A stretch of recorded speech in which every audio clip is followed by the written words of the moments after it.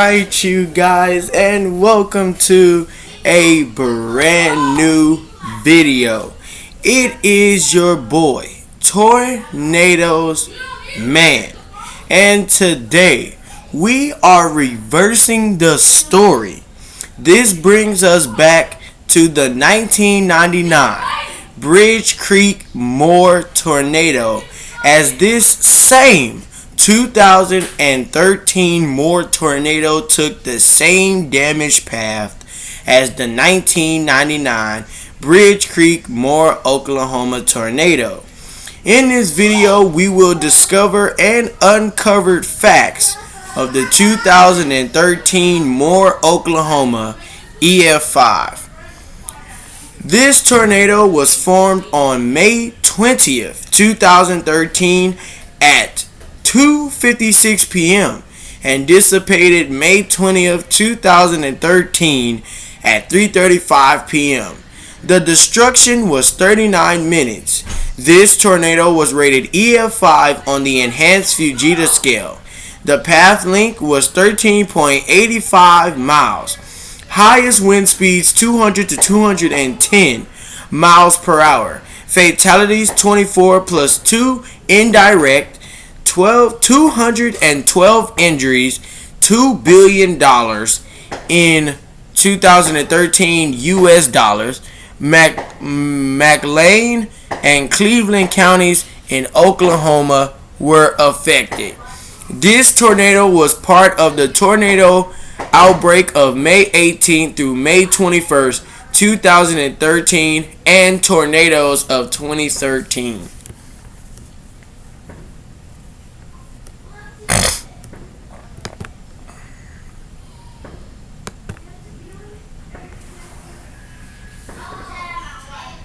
2013 Moore tornado was a large and extremely violent EF5 tornado that ravaged Moore, Oklahoma, and adjacent areas on the afternoon of May 20, 2013, with peak winds estimated at 200 to 210 miles per hour, 320-340 kilometers per hour, killing 24 people, plus 2 indirect fatalities, and injuring 212 others. 3. The tornado was part of a larger outbreak from a slow-moving weather system that had produced several other tornadoes across the Great Plains over the previous 2 days, including 5 that had struck portions of central Oklahoma the day prior on May 19th. The tornado, along with the 2011 Hackleburg, Campbell and El Reno Piedmont tornadoes, has the highest rated official wind speed on the Enhanced Fujita scale, if the upper range is considered. Tornado touched down just northwest of Newcastle at 2:56 p.m. CDT, 1956 Coordinated Universal Time, and quickly became violent, persisting for 39 minutes on a 13.85-mile, 22.3 kilometers, path through a heavily populated section of Moore, causing catastrophic damage of EF4 to EF5 intensity, before dissipating at 3:35 p.m. Central Daylight Saving Time, 2035 Coordinated Universal Time, outside of Moore. The tornado was over 1 mile, 1.6 kilometers, across at its peak width. 4.13 The 2013 Moore tornado followed a roughly similar track to the deadlier 1999 Bridge Creek Moore tornado, which was rated F5. Neither of the stricken schools in the area had acquired purpose-built storm shelters in the intervening years. 5. Tornado caused catastrophic damage around the city of Moore, with 1,150 homes destroyed as a result. Damage estimates ranged up to $2 billion, making it the costliest tornado since the Joplin EF5 tornado in 2011. Taking a path through the heart of Moore, an estimated 13,500 people were directly affected by the tornado. 6. Large swaths of the city were completely destroyed, and unofficial estimates place the number of severely damaged or destroyed buildings at 1,500, with another 4,000 affected. 7. In contrast to the violent nature of the tornado, the death toll was relatively low. The tornado was ranked as the 9th deadliest tornado in the state's history. 8. The lack of further fatalities was attributed to a 16-minute lead time on the Moore tornado given by the National Weather Service Forecast Office in Norman.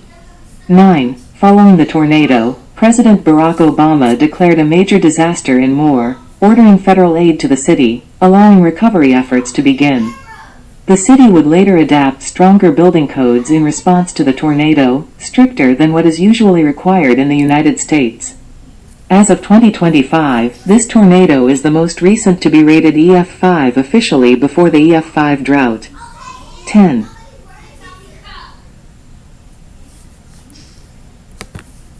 Meteorological synopsis. An NWS preliminary comparison of the tracks of the 2013 Moore tornado, red, the 1999 Bridge Creek Moore tornado, green, and the 2003 Moore Choctaw tornado, blue.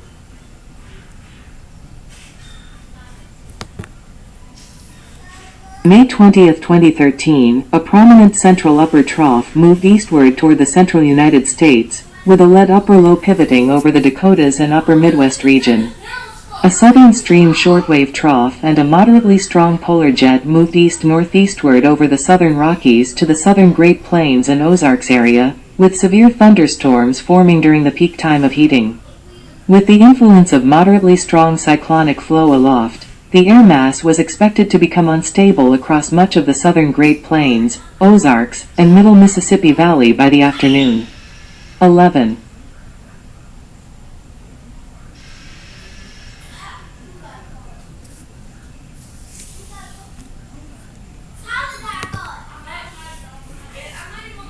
Evidence of an unstable air mass included temperatures in the low to mid-80s degree F, 27 to 30 degrees Celsius, dew points that ranged in the upper 60s degree F, 20 degrees Celsius, to the lower 70s degree F, 20 to 22 degrees Celsius, and CAPE values ranging from 3,500 to 5,000 J per kilogram. Deep layer wind shear speeds of 40 to 50 knots, 46 to 58 miles per hour, enhanced storm structure and intensity. 12. These were present ahead of a cold front extending from a surface low in the eastern Dakotas, southwestward to near the Kansas City area and western Oklahoma, and ahead of a dry line extending from southwest Oklahoma southward into northwestern and west central Texas. Outflow remnants from the previous night and the early day convection across the Ozarks and the middle Mississippi Valley were a factor in severe weather development, with the most aggressive heating and destabilization on the western edge of this activity across the southern Great Plains and just ahead of a cold front. 11. The National Weather Service Office in Norman, Oklahoma had warned as early as May 15 that there would be a possibility of severe weather on May 20. Most intense severe weather activity was expected to come across the southern Great Plains, specifically central Oklahoma, during the afternoon on that Monday. As such, the Storm Prediction Center issued a moderate risk of severe thunderstorms during the early morning of May 20 from southeastern Missouri to north-central Texas. The degree of wind shear, moisture, and instability within the warm sector favored the development of supercells. Very large hail and tornadoes were both expected with these supercells, with the possibility of a few strong tornadoes. 11. The Storm Prediction Center issued a tornado watch at 1:10 p.m. Central Daylight Time, CDT, early that afternoon for the eastern two-thirds of Oklahoma, northwestern Arkansas, and portions of north-central Texas. Given the atmospheric parameters thought to be in place at the time, the Storm Prediction Center inadvertently underestimated the threat of tornadic activity that afternoon. The probability table for the tornado watch, the 191st Severe Weather Watch issued by the Guidance Center in 2013, indicated a 40%, or moderate, probability of 2 or more tornadoes and a 20%, or low, probability of 1 or more tornadoes reaching between EF2 and EF5 intensity within the watch area. The watch did, however, say that 1 or 2 strong tornadoes were possible. 14, 15, 16. Development and track. An aerial view of cumulonimbus clouds over Oklahoma a couple of hours before the tornado. Time-lapse of the Moore tornado via radar images from its formation to dissipation. Note the large debris ball signature.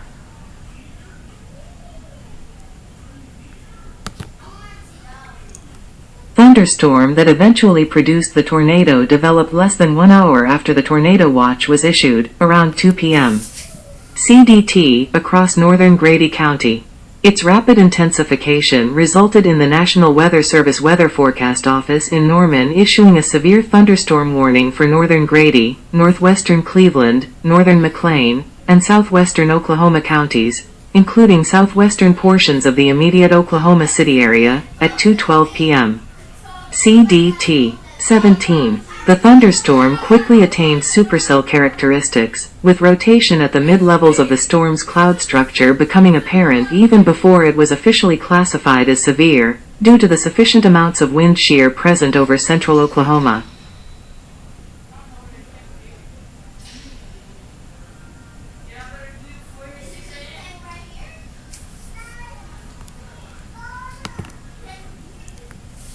Due to the expected intensity of the storms, 3 of the Oklahoma City market S5 television news outlets minus NBC affiliate KFOR-TV, Channel 4, ABC affiliate Coco TV, Channel 5, and CBS affiliate KWTV, Channel 9, minus suspended normal programming and went into wall-to-wall weather coverage immediately after the tornado watch went into effect.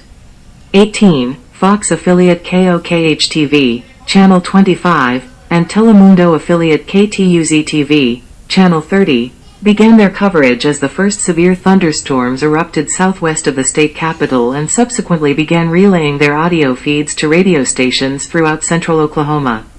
As the forecast suggested that the most significant severe weather would occur in the mid-afternoon, around the time classes concluded for the day, many worried parents began arriving at schools throughout Moore and South Oklahoma City to pick up their children in advance of the storms. 19:20. 2:40 p.m. CDT. As rotation in the supercell was increasing at the cloud base, a tornado warning was issued for far northeastern Grady, western Cleveland, northern McLean, and southern Oklahoma counties, as the storm approached the Oklahoma City metropolitan area. 21. The rapid formation of the storm may have been associated with a descending reflectivity core and interplay of complex cell mergers. 22. Formation and initial intensification.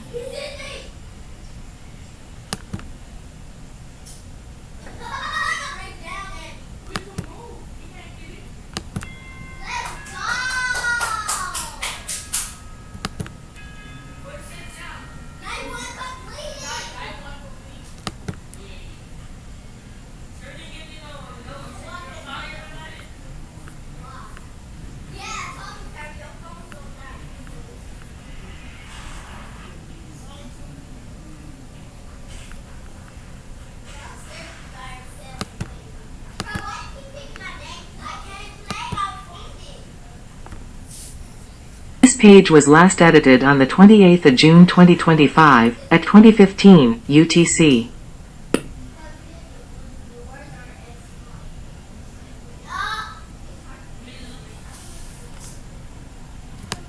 The existing tornado warning, the Norman Forecast Office declared a tornado emergency for southern Oklahoma City and Moore as various storm spotters confirmed that the large, violent tornado was approaching the area. The Twin Lakes Dual Polarization NEXRAD radar, near Lake Stanley Draper, detected a tornado debris signature 1 mile in diameter within the accompanying hook echo, as the tornado crossed into portions of South Oklahoma. Extreme vehicle damage and ground scouring at the Celestial Acres horse training area. Tornado maintained at least EF3 intensity as it crossed the Canadian River into Cleveland County, and a decommissioned US 62, US 277 bridge was severely damaged. Most of this bridge had to be demolished after the tornado ripped part of it from its mount and tossed it across I-44, US 62, Shish 37. 27. The tornado then continued moving east-northeastward through the extreme southern portion of Oklahoma City towards Moore, roughly following southwest 149th Street. At that point, it began to grow rapidly in width, and a second brief area of EF4 damage was noted near South May Avenue, where several homes were leveled, and one was swept clean from its foundation. This home was determined to have been nailed, rather than bolted to its foundation. 4. A vehicle frame, engine block, and various other vehicle parts were found tangled within a grove of completely debarked trees in this area. 23. As the tornado began to cross into South Oklahoma City, a traffic jam had occurred for a stretch of several miles along Santa Fe Avenue, as residents attempted to either escape from or pick up their children at schools located near the tornado's path. As the station's news helicopter was capturing live video of the tornado, then KWTV Chief Meteorologist Gary England upon seeing footage of the backup that was being relayed by pilot Jim Gardner urged drivers caught in the jam that may have been listening to the station's audio simulcast on area radio outlets to use nearby streets to detour out of the tornado's expected track. 20. The tornado weakened briefly to EF3 strength before re-intensifying to EF4 intensity near Foreman Drive, flattening several homes as it moved through mostly rural areas south of Southwest 149th Street. As the tornado struck an oil production site, 4 oil tanks were blown away, one of which was never found. The others were thrown considerable distances, one was found a mile away. 24. 4.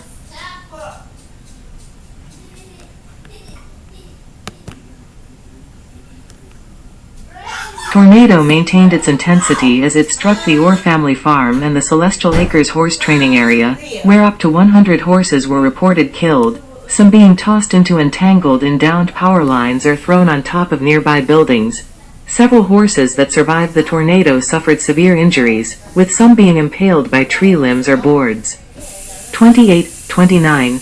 Every building at Celestial Acres was either leveled or swept away at EF4 intensity. The ground on the property was scoured to bare soil, debris from structures was granulated, and vehicles were thrown and stripped down to their frames.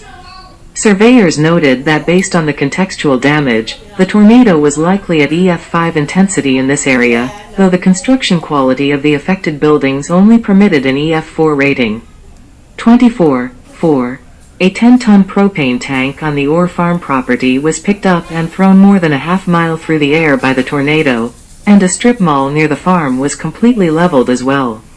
24. 4. 30. The tornado continued east, heavily scouring an open grassy field before impacting Briarwood Elementary School, which was completely destroyed. The NWS originally rated this damage EF5, but further evaluation in a 2014 study published by the American Meteorological Society revealed evidence of poor construction at the school, and the rating was downgraded to EF4. Remarkably, no fatalities occurred at the school. 24. 31. 32. Two 12,000-gallon water tanks that were also swept off of the Orr family farm grounds were thrown into this area. The roof of Briarwood Elementary was struck by one of them, potentially aiding in compromising the building's structural integrity as it bent the steel girders that held up the roof shortly before the main vortex struck the building, while the other fell onto and destroyed a home a few blocks east of the school. 33. Past Briarwood Elementary, the tornado intensified even further and entered densely populated areas just west of Moore, including the Westmore subdivision where many well-built, anchor-bolted brick homes were flattened at EF4 intensity, and 2 were swept clean from their foundations, with damage at those 2 homes rated EF5. 4. 34. Moore. National Weather Service Tornado Damage Survey Map KML file. Edit, help. Meteorologist Tim Marshall surveys a neighborhood that was devastated. Tornado continued generally northeast at EF4 strength, completely debarking trees and leveling entire neighborhoods as it moved into the western city limits of Moore. Many homes were flattened in neighborhoods to the east of South Santa Fe Avenue. 35. The tornado was initially rated EF5 in this area as only the bare slab of an anchor-bolted home remained. 23, however, it was later downgraded to an EF4 as an inspection revealed the home's anchor bolts were missing their nuts and washers. 23. The tornado then destroyed Plaza Towers Elementary School at EF4 intensity where 7 children were killed when a cinder block wall collapsed on top of them. More than a dozen homes in a subdivision just to the south of Plaza Towers Elementary were completely swept away, all revealed to have been nailed rather than bolted to their foundations. Damage to this subdivision was subsequently rated EF4, though the tornado was likely violent as lawns were completely scoured down to bare soil. Entire blocks of homes were flattened, trees were completely debarked and denuded, vehicles were thrown and mangled, and the ground was severely scoured in other residential areas nearby. The damage also earned an EF4 rating in these areas. Most of the fatalities from the tornado occurred in the Plaza Towers neighborhood of Moore. 24:4. In one of these houses, a block away from Plaza Towers Elementary, a woman was killed as she tried to seek shelter in a closet. 36. Moore Medical Center and many vehicles left in ruins after the tornado. Further to the northeast, at least a dozen cars were piled up against the front entrance of the Moore Medical Center, which sustained EF4 damage. One car was lofted and thrown onto the roof. Many homes in neighborhoods near the medical center were completely destroyed, including a row of 4 well-built brick homes with anchor bolts that were swept away, with damage to those 4 homes rated EF5. An open field directly behind this row of homes was deeply scoured, with only bare soil and clumps of dirt remaining. A nearby manhole cover was removed, and multiple vehicles were mangled beyond recognition and caked in mud in this area as well. 37. The nearby Warren Theater was spared a direct hit, but still sustained considerable damage to its exterior. 4:31. A bowling alley in the area was leveled. 31. And a 7-Eleven, which was on the northern part of the damage path, was completely flattened with 4 people killed inside, including a 3-month-old infant. 38. The nearby Moore Cemetery was heavily damaged as well. 39.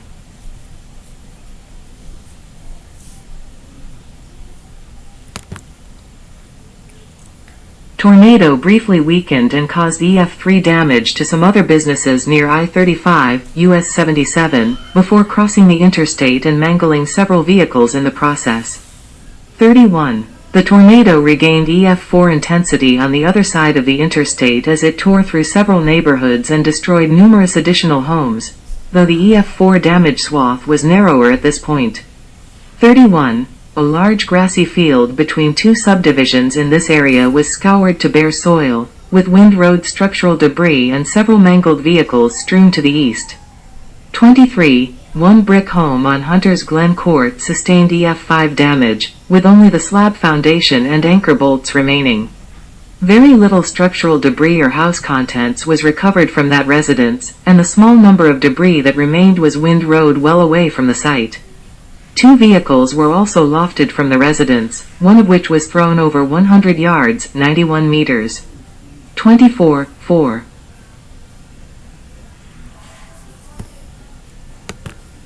Large, well-built home that sustained EF5 damage in eastern Moore. Tornado continued through Moore's eastern neighborhoods. Highland East Jr. High's main building was spared, but the separate gymnasium building was completely destroyed, and a set of lockers from the structure was lofted and thrown a considerable distance into a nearby neighborhood. The Moore Public Schools Administration Building, a converted former hospital located a few blocks to the east, was also struck and destroyed. 35:40. The tornado was noticeably narrower at this point, but was still causing a continuous swath of EF4 damage to numerous homes as it moved through multiple subdivisions. A well-built, anchor-bolted home at the corner of Heatherwood Drive and Southeast 5th Street was reduced to a bare slab, sustaining EF5 damage. 24:35. A large, well-bolted down home at the end of a private drive off of Southeast 4th Street, Shish 37, was also swept cleanly away at EF5 intensity. Debris was scattered well away from the site, a vehicle was thrown over 100 yards, 91 meters, and wind rowing was again noted at that location. 4.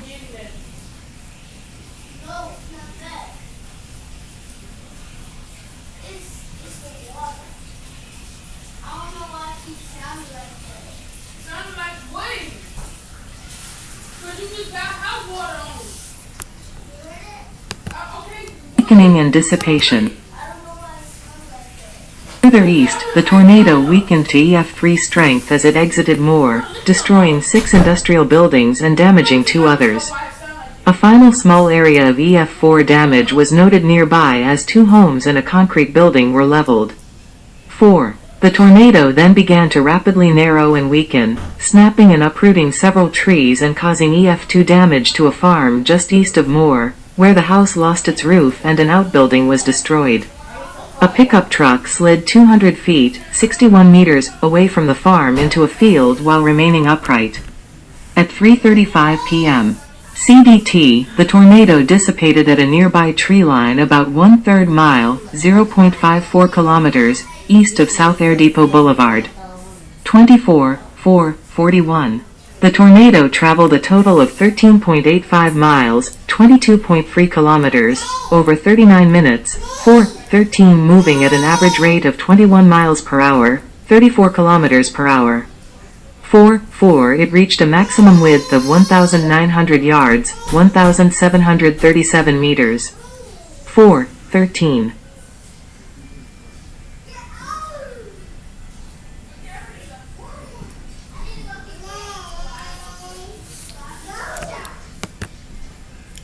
Violent updrafts in the supercell that produced the tornado lofted debris from homes and other buildings in Moore at least 10 miles, 16 kilometers, outside of the tornado's outer circulation, with reports of various objects and personal possessions being found as far away as Midwest City.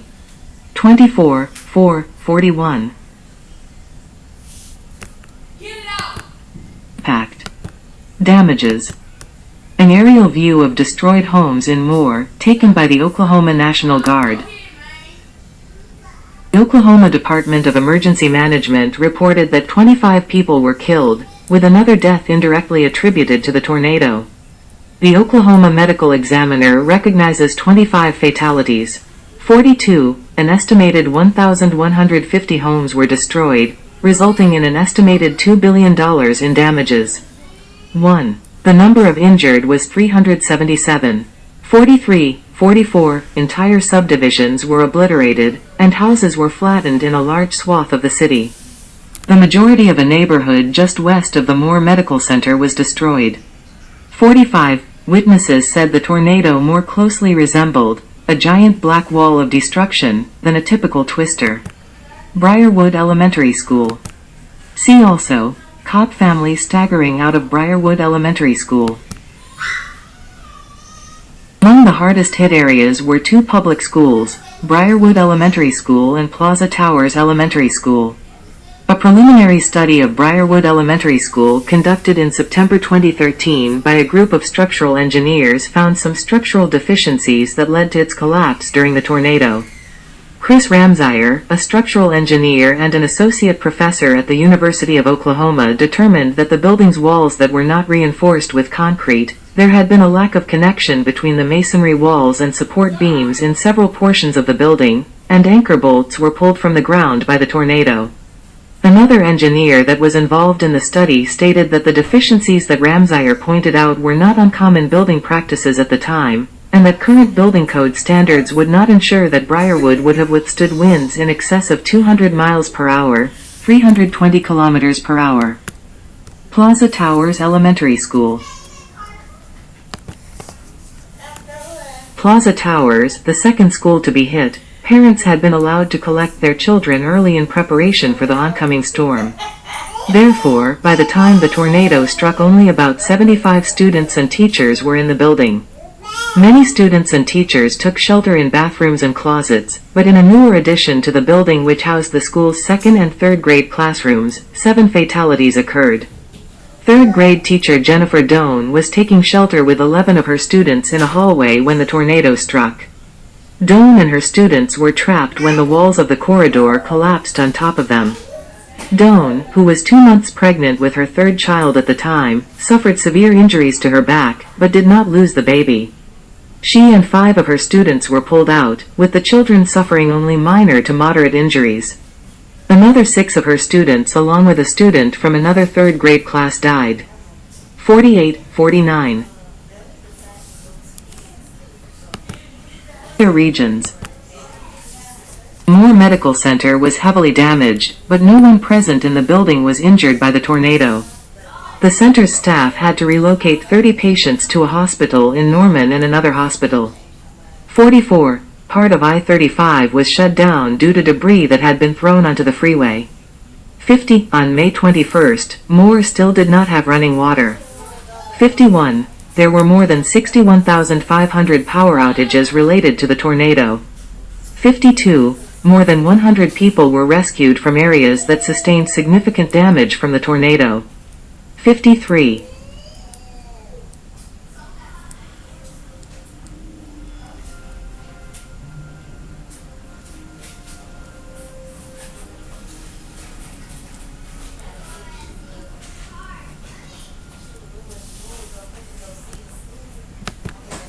Over a dozen emergency workers combed through the rubble of Plaza Towers Elementary School.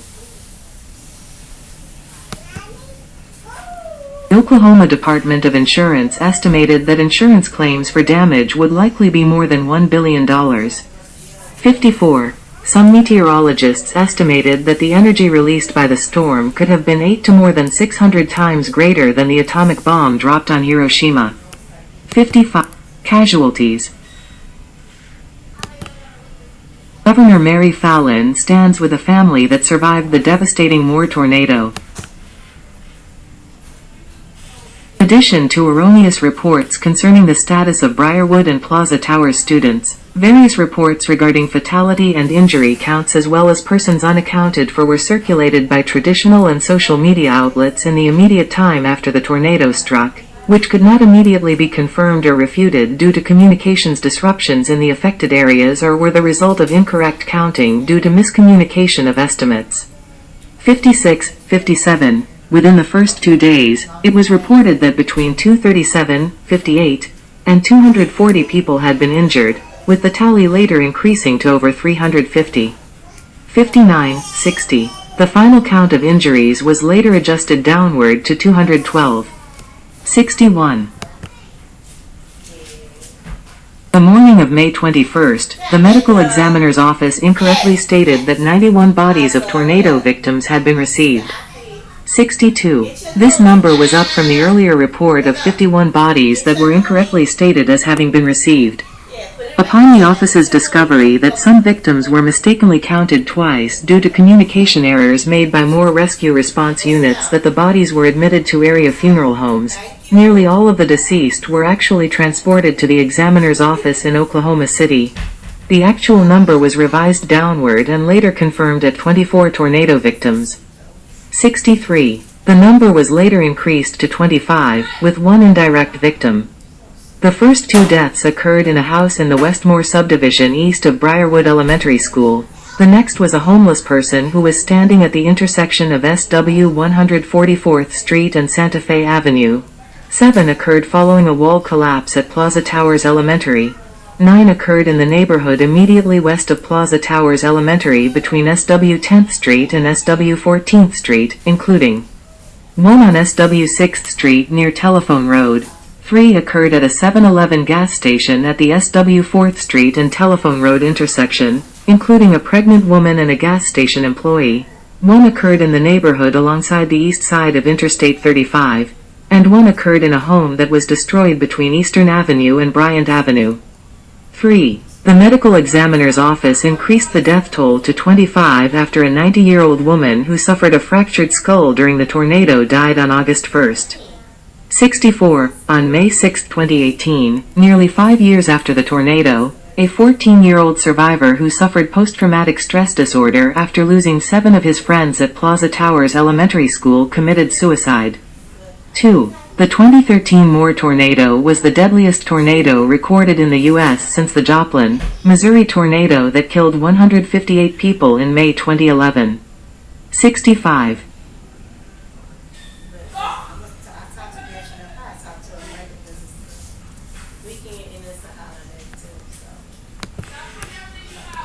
Patients were taken to Integris Southwest Medical Center and the Children's Hospital at OU Medical Center in Oklahoma City.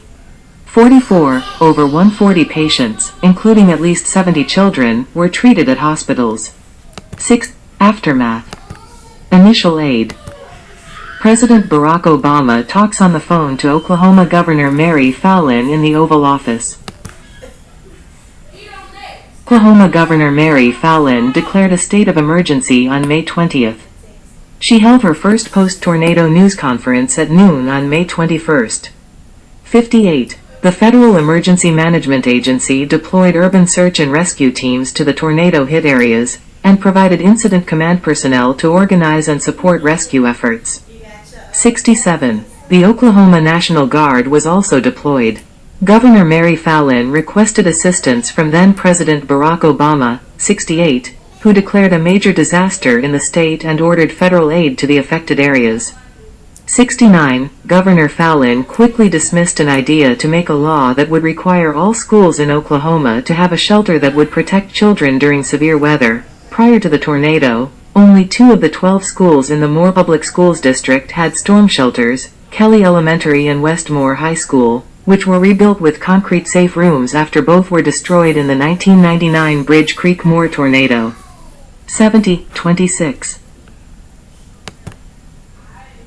Cleveland, Lincoln, McLean, Oklahoma, and Pottawatomie counties received federal funding for hazard mitigation measures statewide. 71. Obama visited the disaster-stricken areas on May 26. Major structural damage at Briarwood Elementary School. Noon on May 21, the U.S. Senate held a moment of silence for the victims. 73. Delegates from several countries and Pope Francis offered condolences. 74, 75, 76, 77, and the United Nations offered assistance in the recovery efforts. 78. The Canadian Red Cross accepted donations of money and supplies for their American counterparts to assist with disaster relief and recovery. 79.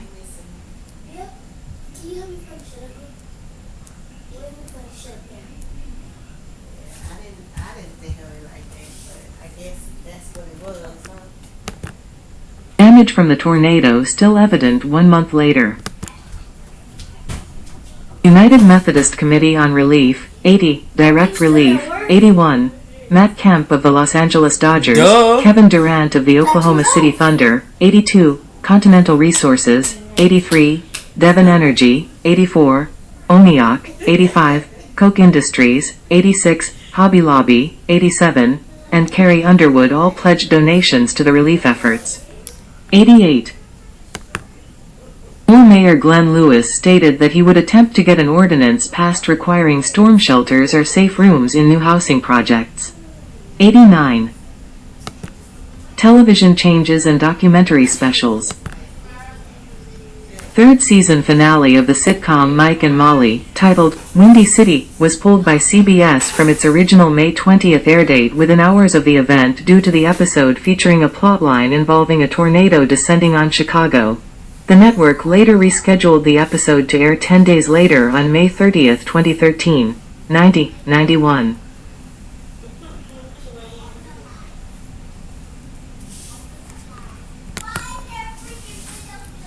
May 29, 2013, NBC aired Healing in the Heartland, Relief Benefit Concert, a fundraising concert that was held at Chesapeake Energy Arena in downtown Oklahoma City. The benefit was hosted by country singer and Oklahoma native Blake Shelton and featured performances from Miranda Lambert, Vince Gill, Reba McEntire, Rascal Flatts, Usher, Darius Rucker and Luke Bryan. The concert raised more than $6 million for the United Way of Central Oklahoma. 92.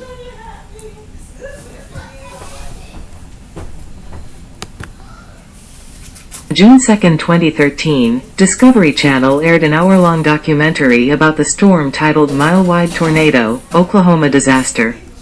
The documentary provides a comprehensive look at the tornado's impact and drew comparisons of the storm to the 1999 Bridge Creek Moore tornado. 93.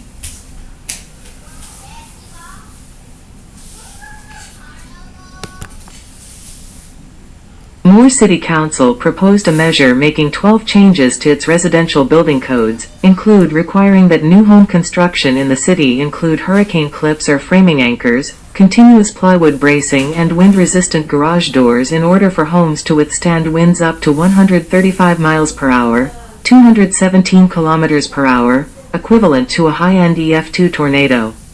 When the measure was passed in a unanimous vote held on March 17, 2014, Moore became the first city in the United States to adopt a building code addressing the effects of tornadoes on homes, which exceed the national standards set by the National Association of Home Builders. 94, 95.